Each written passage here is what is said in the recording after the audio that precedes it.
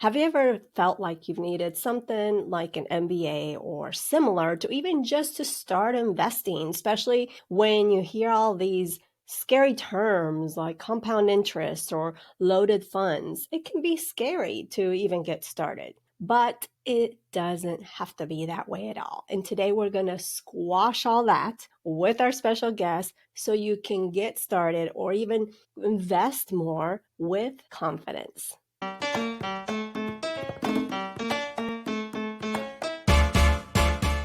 Bienvenida to Her Dinero Matters, the podcast helping Latinas have increased confidence and control over their finances. I am Jen Hemphill, and over the years, I've been on a mission to empower countless of women like you through this podcast and through my financial counseling services. Now, my expertise isn't just a result of my own life experiences or a few Google searches. I also became an accredited financial counselor that helps me serve you at a higher standard. Now, if you've been liking what you're seeing and hearing, make sure you hit the subscribe button so you don't miss a thing. Now, let's get the show started. Investing feels complicated to a lot of people, so you aren't alone if you're feeling that way. In fact, according to a Motley Fool research study, about 42% of Americans don't even own a stock.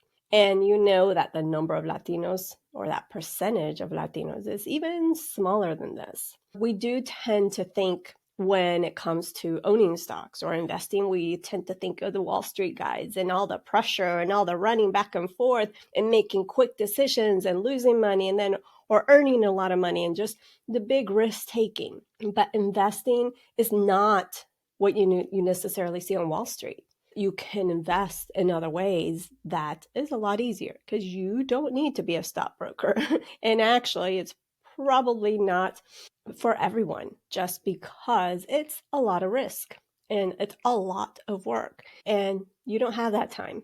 We've got a special guest for you today. Her name is Tess Warehouse, and she's been investing for a while. In fact, she has been able to build her net worth to 1 million, and she's fairly young. She's in her 30s. Now, of course, I'm not going to tell you, and she's not going to tell you that it's been easy. She has stumbled along the way. In fact, she lost over $80,000. You're going to hear about that in bad investments in her 20s. So she's seen the highs. She has seen the highs and the lows of this, and she's been able to help thousands of women like you to learn how to grow their money with investing, just with some simple investing strategies.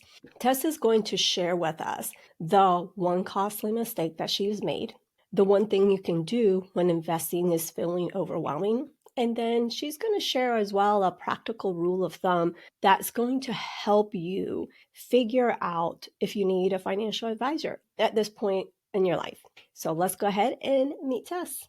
Bienvenida, Tess. I'm so thrilled to have you here. I know we've recently got connected, but I know you from the interwebs. I know you from Instagram more specifically because you've just been so kind on there to me and you're just doing some amazing things. So I'm excited to dive in and getting to know you and learning from you as well. Oh, thank you so much. I am so excited to be here. I've been listening to your podcast for a long time, and I was just so excited to be connected to you. So glad to be here. So you know how we do, since you've been listening for a while, we start with getting to know you, your upbringing, your money story. So if you could take us, Tess, back to a moment in time where that really shifted how you perceive money. You know, maybe it was an experience, maybe it was something you saw. If you could take us back to that moment and tell us about it. Absolutely. So there's two moments that I'll take you back to. One is growing up, I had two different families. I had my mom's family and my father's family. And so I would, go visit my father on the weekend. And there was a lot of instability. My biological parents have actually been married 9 times collectively. Incredible. So you get a real sense of financial instability from that, just knowing that anything can happen. And so very early on, I was pretty afraid of money, wanting to make sure that no matter what happened, I would have enough money. So early on, I was babysitting, hiding money under my mattress. Like even as a teenager, I just wanted to make sure I could take care of myself. And so fast forward to when I'm in my 20s, I graduated into a recession in 2008, and like many of my peers couldn't find a job and got rejected from so many jobs. I had a degree. I was so excited to have a degree that I could, go and maybe work in marketing or finance, and I couldn't find any jobs. So I ended up as an aerial acrobat on a cruise ship. And that was my first job. That's so interesting and incredible. Thank you. Yeah, because I'd been very fortunate to get an athletic scholarship to college. And that was intentional because I really, again, was very aware of the scarcity of money, or so I thought at the time, just had a lot of fear around money growing up. So the idea of getting a scholarship to pay for school was something I was super motivated to do. And thankfully, I was a decent springboard diver. That was the sport I did growing up in high school. I did that in college and was so grateful to receive a full athletic scholarship. So I'm very grateful for that privilege because that obviously helped me tremendously in my financial journey. So then after I graduated and I couldn't find a job, they were looking for national level divers to go on this cruise ship show and essentially be in like a Cirque du Soleil type show. So I went from trying to get a job at a Fortune 500 company to doing flips on a cruise ship. And I did that for about 3 years. And so that's important because it allowed me to save a lot of money, because when you work on the ship, you don't have to pay for food, you don't have to pay for accommodation. So I was super lucky to save money. And again, being somebody that was afraid of not having enough, I thought, okay, I have some money. I need to make sure I hire a financial advisor to take care of this money for me. So I hired a financial advisor and I gave them my money. And long story short, after a few years, I realized that there were a lot of things happening with that financial advisor that was costing me thousands and thousands of dollars in fees. They sold me a quote investment product that was really just an insurance product that they made a lot of commission off of. So I was pretty duped by that experience. So after that, I ended up learning everything I could about investing and realized it's not as hard as I thought it was in the first place. And so now I feel morally obligated to help as many people as I can learn the basics so they don't end up being impacted the same way I was, which was, losing thousands of dollars when I thought I was doing the right thing by hiring an expert.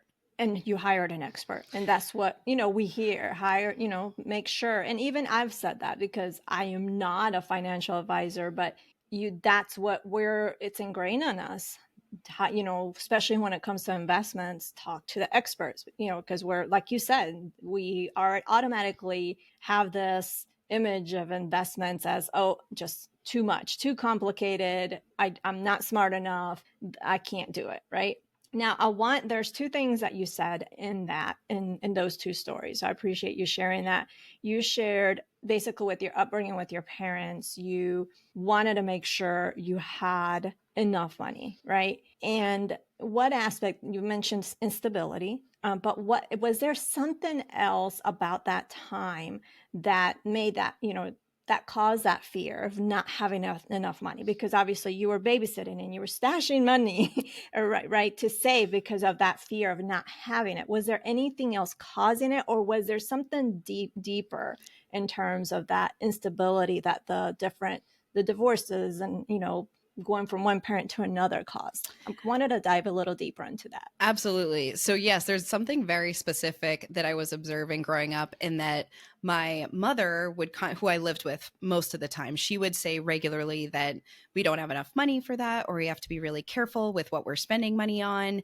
And we lived in a very nice town, and we were middle class, and a lot of people in the town had a lot of money. So in comparison, now I know that I was very privileged and fortunate in a lot of ways, but in comparison to everybody else in this town, I felt like we were maybe not doing so well. And then the other interesting contradiction to this was that my father, so he was from Yauco, from Puerto Rico, and he came here and he looked like such a success. He would pick me up in his Benz on the weekend, and he had Louis Vuitton this and that, and knew all these celebrities and all this stuff. And eventually they went bankrupt, and he was behind on mortgage payments. And so I had these two very different situations financially, where one was focused on scarcity and the other one appeared to be successful. Like I thought my father had all this money, and then it turned out he didn't have anything. So both of those were interesting situations that impacted my view of money and made money something that I needed to find and hoard and protect. And thankfully I've worked on a lot of money mindset things since then. But to be totally honest, Jen, it's a journey. I'm still I'm very comfortable. Yeah. Like I'm very grateful that I've learned a lot and I've made a massive amounts of strides in terms of my investing. And I couldn't be more grateful for where I am today. And I'm completely safe and I have enough money to be secure, but I still get worried about it. So it's something that I'll probably always be working on, honestly. I hear you. I do that as well to this day. Mm-hmm. There's some up, there's some days I'm feeling low. This is everything's all fantastic, and then something happens, and there's a cast of doubt or fear, and then I have to have to bring myself to this earth back again and remind myself where we're at financially, that we're fine, right? Exactly. And so, but I completely understand. So I want to dive in also. Continue diving into that fear, because you gave us some more specific examples of what led to that. But then you shared with us that you went to college, which you got a full-fledged scholarship. You graduated from college, but then instead of going to work at a Fortune 500 company, you went to the cruise ship. So I'm wanting to know, at that time, what was your interest, or what did you want to do, and what led to the cruise ship? Was it the money aspect because of that fear, or was it something else, or just but this was, the time that I graduated college was, way before yours. I remember looking at cruise ships for jobs. I don't remember what was attractive about it. I don't know if the money was good. I can't remember. I just remembered that was an option for me. So tell us about why the cruise ship? It was desperation, because I applied for so many jobs. I wanted to be a brand manager. 2008. Yeah. So 2009 is when I officially graduated, but that's a year after the subprime mortgage crisis. I got rejected from at least 30 different jobs, Jen. I applied for everything, and I had good grades. I had good references. It didn't matter. And so I was working at a dive bar that year trying to find something. And my old diving coach reached out about this cruise ship opportunity. And I thought, that's crazy. That's not a good idea, because I probably won't make much money. And my goal was to make as much money as possible, regardless of what it did to my mental health or physical health, because I was so afraid. So I couldn't find a job, and I ended up on the cruise ship very reluctantly. And I will tell you that it is the happiest accident that ever happened to me, because I realized that there's more to life than working for what I perceived as, the ultimate dream of working for a Fortune 500 company. I met incredible people. I got to do this super cool job. I got to travel all over the world, and I didn't make the most money ever, but I got to save so much because we didn't have to pay for anything. So it ended up being financially probably the best choice I could have made, ironically, just because I didn't have to pay rent and I didn't have to pay for food. So I was able to save everything. And then that's, once I had enough to start investing, that's when I reached out to a financial advisor to help me do it, which ended up being a mistake. But I'm still very grateful for the cruise ships, because it was such a cool experience, and it kind of opened my mind to other types of opportunities and jobs. And now I have a business and I do something different. And I don't know if I would have done all that if I hadn't had this strange, unique opportunity to be on a cruise ship flipping around for money. So interesting. Yeah. Now let's talk about the financial advisor moment. Did someone tell you you should talk to a financial advisor, or what led to the financial advisor, and I know what type of financial advisor this person was, but tell us about the type of financial advisor. But first, what led to you saying, hey, I need to talk to a financial advisor? Sure. So I started learning about investing, and I was committed to doing it. I didn't know much about it, but I knew that it was a way to grow your money. And I think, unfortunately, I just picked up the wrong books. Like, I remember picking up a book about picking stocks, and I read through it, and it seemed kind of complicated and risky. And so I thought, you know what? I should find somebody else. Now, I wish I had just picked up a simple book on basic index fund investing, and we can talk about what that means, because there are super easy ways for anyone to start investing, even if you don't have a lot of knowledge. But I picked up the wrong book that was very confusing. So after that, I just thought, you know what? I don't want to make any mistakes here. I'm really afraid of losing this nest egg that I've created. So I'm going to hire somebody I know. So I hired a fiduciary financial advisor, and that is somebody that's legally obligated to act in your best interest. And this was also, Jen, somebody I knew and trusted. I'd grown up with, was a few years older than me. And I will say that before I get into the mistakes, or I would say like negligent choices they made on my behalf, I don't necessarily think they are a bad person. I just think Right. that the industry is set up in such a way where what's best for That's the what they were financial. taught. Exactly. That's what they're taught Mhm. and what's best for them. And, they need to feed their families too. And they're doing their best. And unfortunately, what they're taught is not always in the best interest of the consumer. So what ended up happening was over time, I started to get more interested in the way my money was being invested. And I learned more and I read more. I started investing out in real estate around this time, which was ironic that I felt comfortable to do that, but not invest in the stock market because it seemed so aloof and something that is only for super special people. And once I started to figure things out, I realized the fees I was paying were astronomical. I spent tens of thousands in fees with this person pretty early on. The funds I was invested in had high fees. So most people don't know that when you work with a financial advisor, there's the fee for the advisor, but then the investments they choose, the usually mutual funds that they choose to put in your account, those also have fees. They're called expense ratios. And so there's a lot of financial jargon, right, which makes it more confusing. But an expense ratio is just a fee expressed as an annual percentage. So you're paying them a fee for managing your account. Then you're paying a fee for having the fund in your account. I was paying a fee for using the platform that they were using for my investments. And then on top of that, they had sold me a annuity, which was not suited for somebody my age. I was in my 20s. Right. It was very complicated. And it was pitched to me like a really smart, savvy, strategic investment.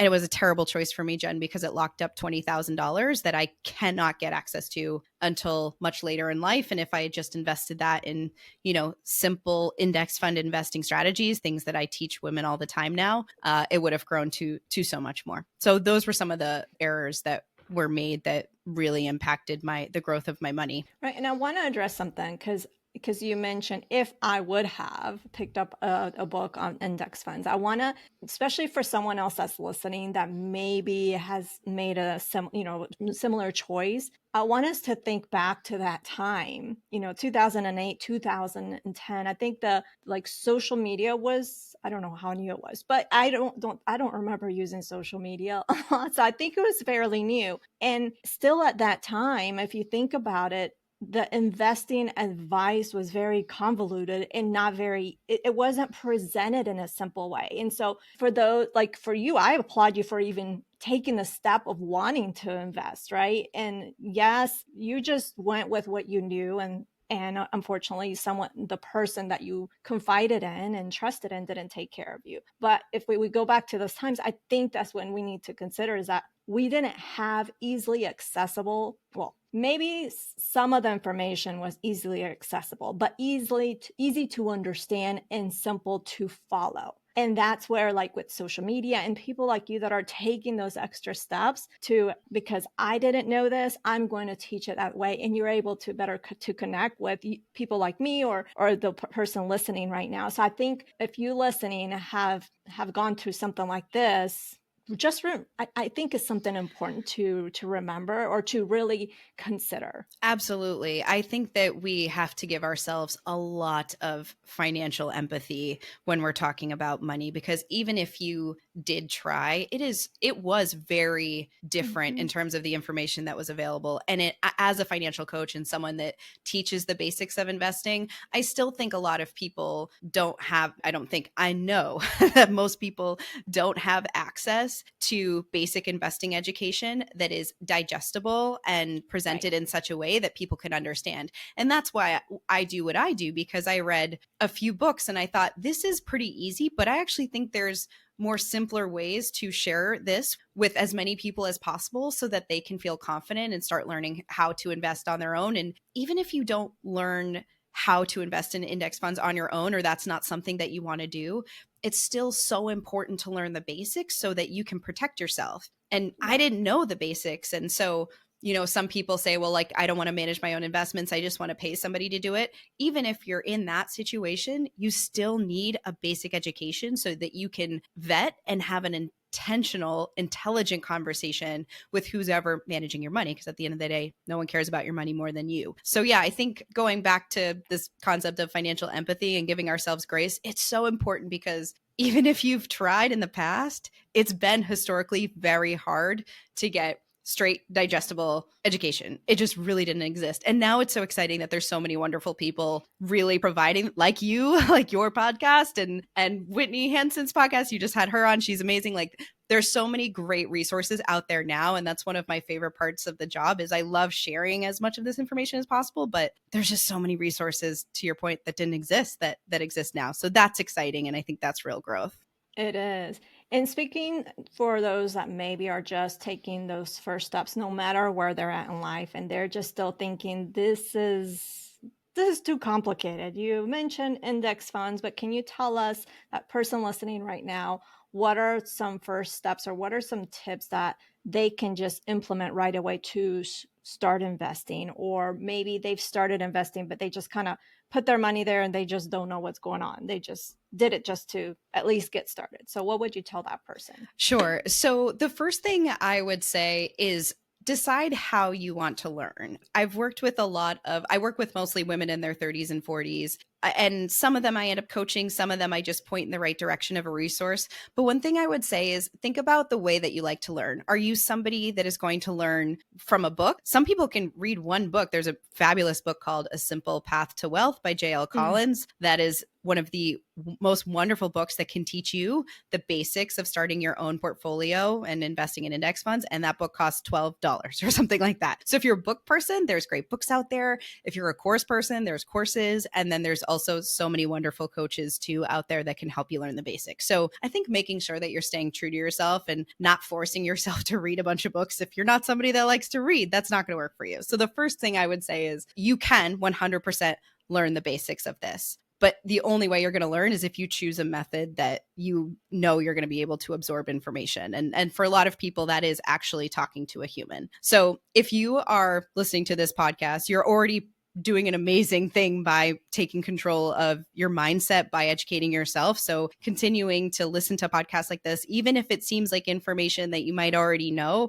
I always learn something every time I'm listening to a podcast. So blocking time to learn the basics, and you can start with a podcast or a book or whatever it is. If you want to start actually investing, or you have an account that you're already investing in, the first thing I would do is make sure you actually log in and see if you can find your investments. And then a lot of people say, well, I have no idea what any of this means. Everything you're invested in has a ticker symbol, and it is a list of letters. So if you're investing in a mutual fund, which if you have a 401k, you're probably investing in some kind of mutual fund or index fund, everything you're invested in has a series of letters, and you can actually just drop those letters into Google and get more information about what you're investing in. So that's one way that you can start. The other thing I would say is that understanding the high level history of the stock market is really, really valuable too.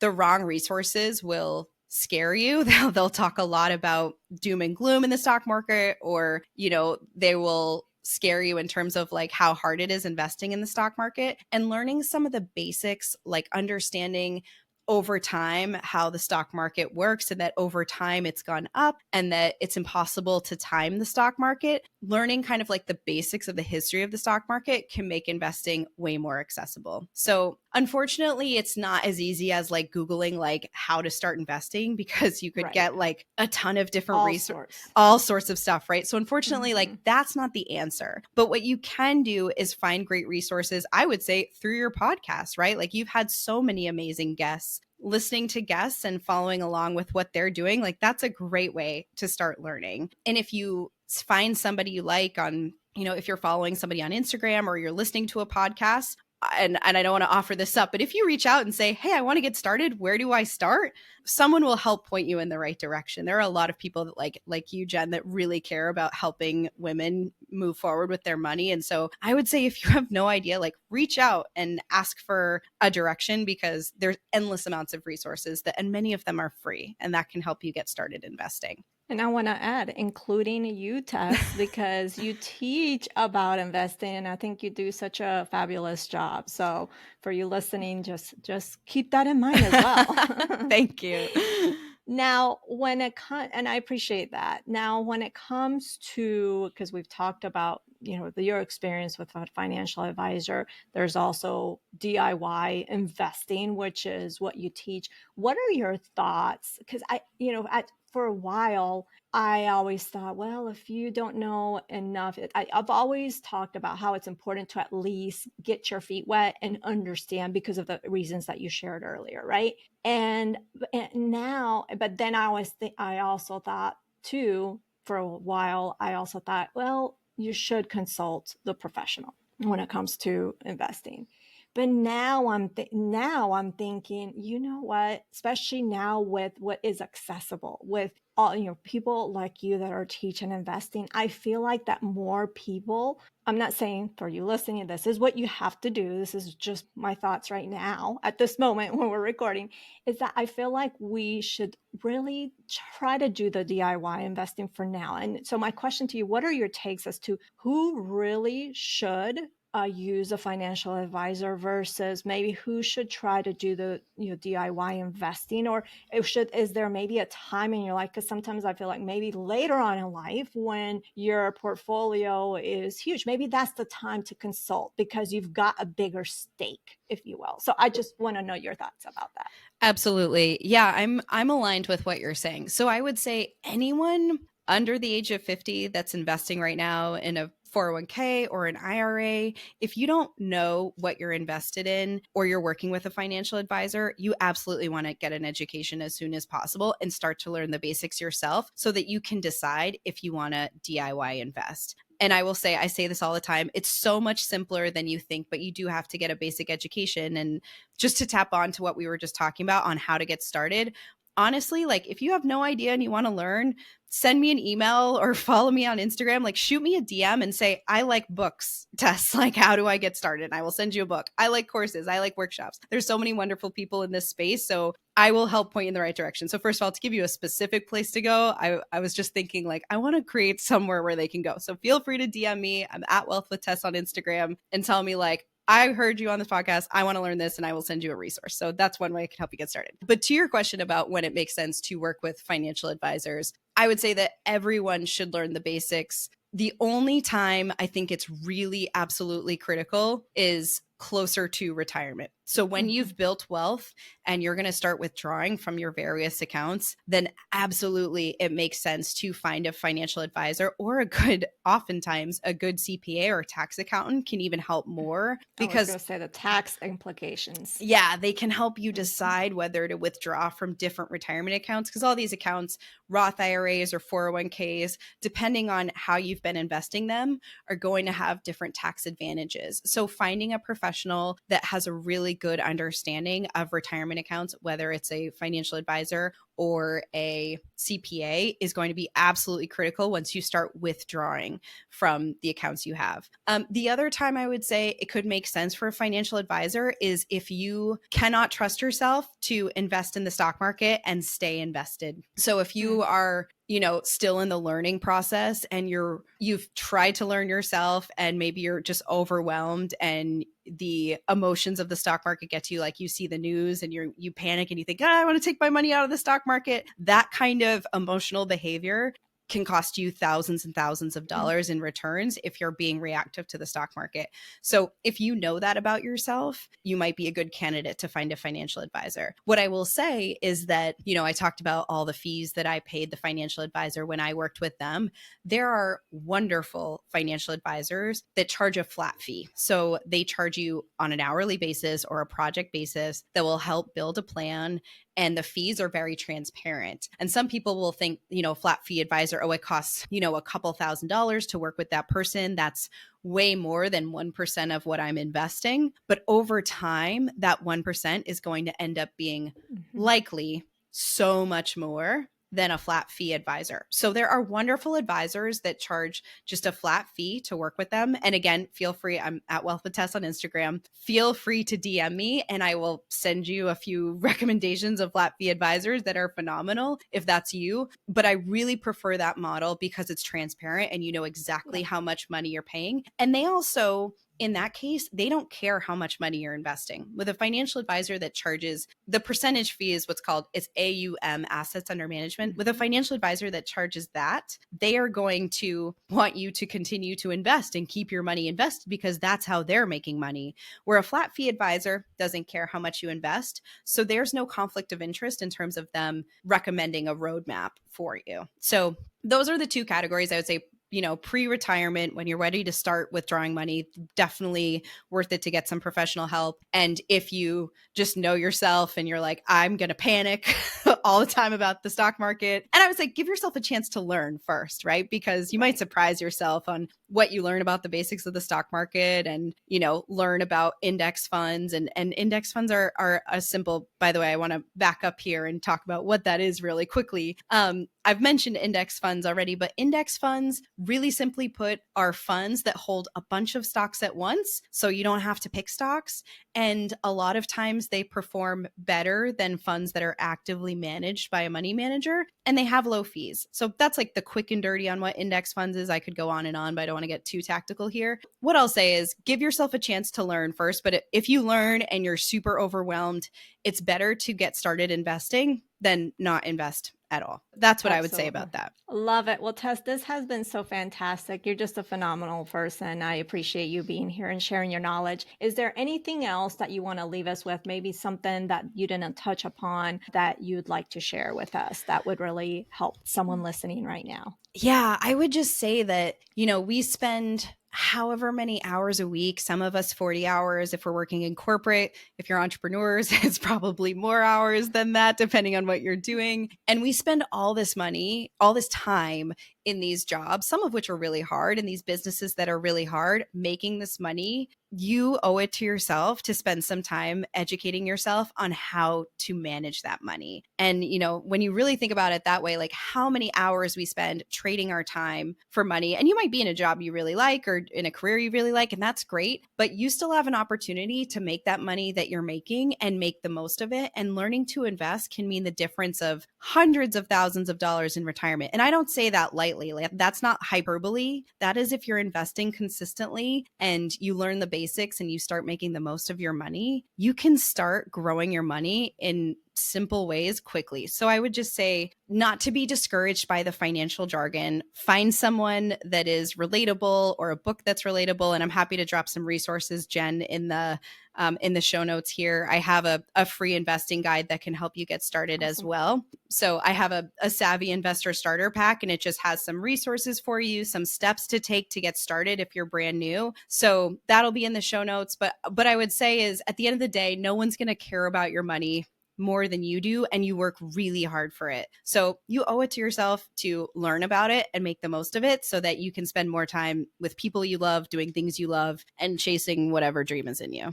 Love it. Well, thank you so much. And thank you for that reminder, because sometimes we need it. We get stuck in the day-to-day routine and work and life and everything. So sometimes we just need to hear that. Thank you so much, Tess. This has been so fantastic. I appreciate you. Thank you so much, Jen. I so appreciate being here, and thank you so much for having me. Feeling better about investing? I know I am. And I know some of the, I don't know all the things, but because of what I do have the knowledge. But even me, just even talking to her, I also got something out of this conversation. So I hope that you did too. And here's the thing. If you have that perfectionist attribute like me, I hope that with today's interview and with today's conversation, you realize that not doing anything, you're missing an opportunity to grow your money, right?